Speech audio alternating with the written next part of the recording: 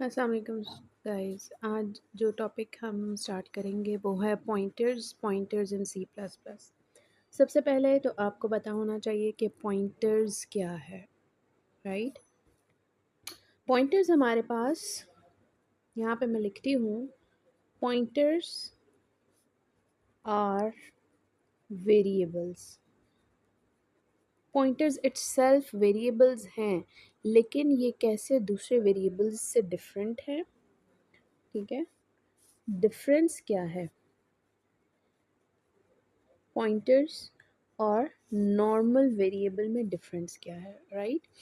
Pointers are variable, लेकिन these are those variables these are those variables which store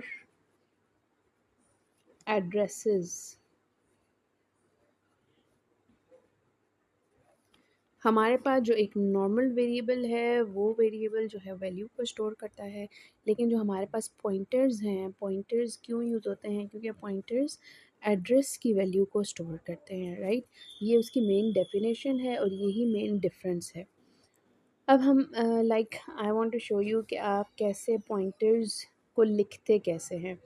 for example, हमारे पास एक normal variable declaration integer a, ठीक है। Integer a this specifies variable of integer type. ये एक variable है जो integer type का है, लेकिन अगर मैं पॉइंटर लिखूँगी तो मैं कैसे लिखूँगी। अब मैं आपको बताती हूँ कि पॉइंटर्स क्या होते हैं। हमारे पास पॉइंटर्स होते हैं हमारे पास इंटीजर ए स्टैटिक। आप पॉइंटर्स को इस तरह भी डिक्लेयर कर सकते हैं, पॉइंटर डिक्लेरेशन, राइट। और आप डेटा टाइप के बाद भी स्टैटिक यूज़ कर सकते हैं और आप वेरिएबल का नाम लिख सकते हैं। These both are pointers.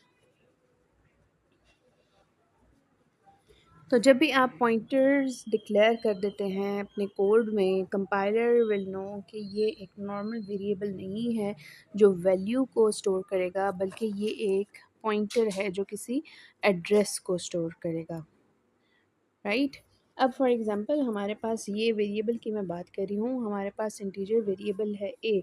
जब भी हम वेरिएबल डिक्लेयर करते हैं तो आई हैव ऑलरेडी एक्सप्लेन कि आपके पास मेमोरी में एक स्पेस ऑक्यूपाई हो जाती है उस वेरिएबल के लिए, राइट।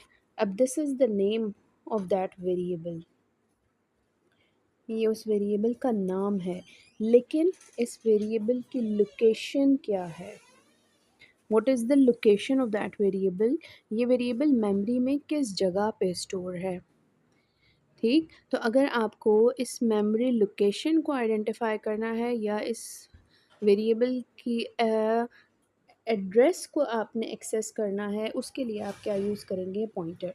अब यहाँ पे क्योंकि वेरिएबल नेम सेम है तो आप कंफ्यूज हो जाएंगे। I will declare another pointer integer static x. अब एक्स मेरे पास पॉइंटर है। अब मैंने इस पॉइंटर से इस वेरिएबल ए के एड्रेस को एक्सेस करना है, तो मैं इसको कैसे असाइन करूँगी। डिक्लेरेशन के टाइम सिर्फ आपने डिक्लेरेशन के टाइम स्टैटिक यूज़ करना है। उसके बाद normally x is equals to ampersand a, means x जो है वो ए के एड्रेस को स्टोर करेगा। ये आपको क्या स्पेसिफाई कर रहा है, एड्रेस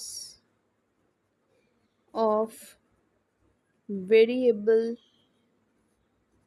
ए, ठीक।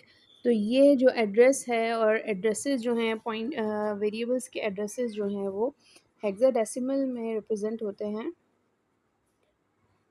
एड्रेसेस ऑफ वेरिएबल्स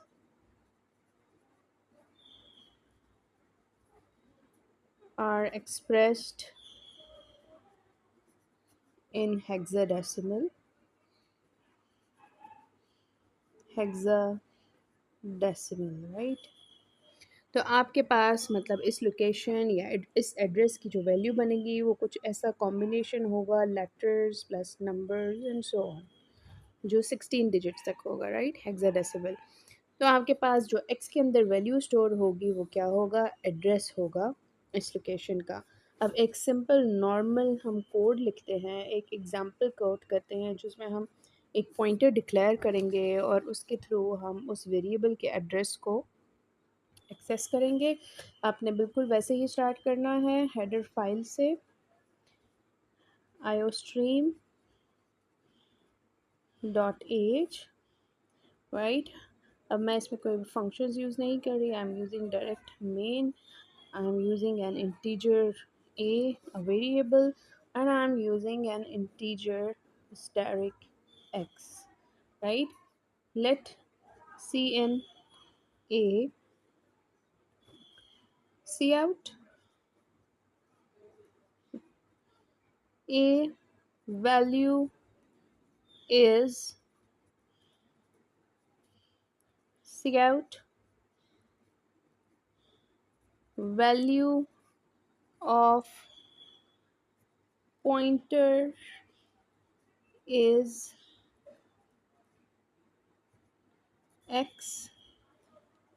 तो आपको आउटपुट क्या मिलेगी, आपको आउटपुट मिलेगी a value is, suppose a की वैल्यू यूज़र ने 5 एंटर की है तो यहाँ आपको 5 मिल जाएगा, और आपको value of pointer is any hexadecimal value जो इस a का एड्रेस होगा। Thank you so much, this was the basic concept of pointers. I hope आपको समझ आया होगा।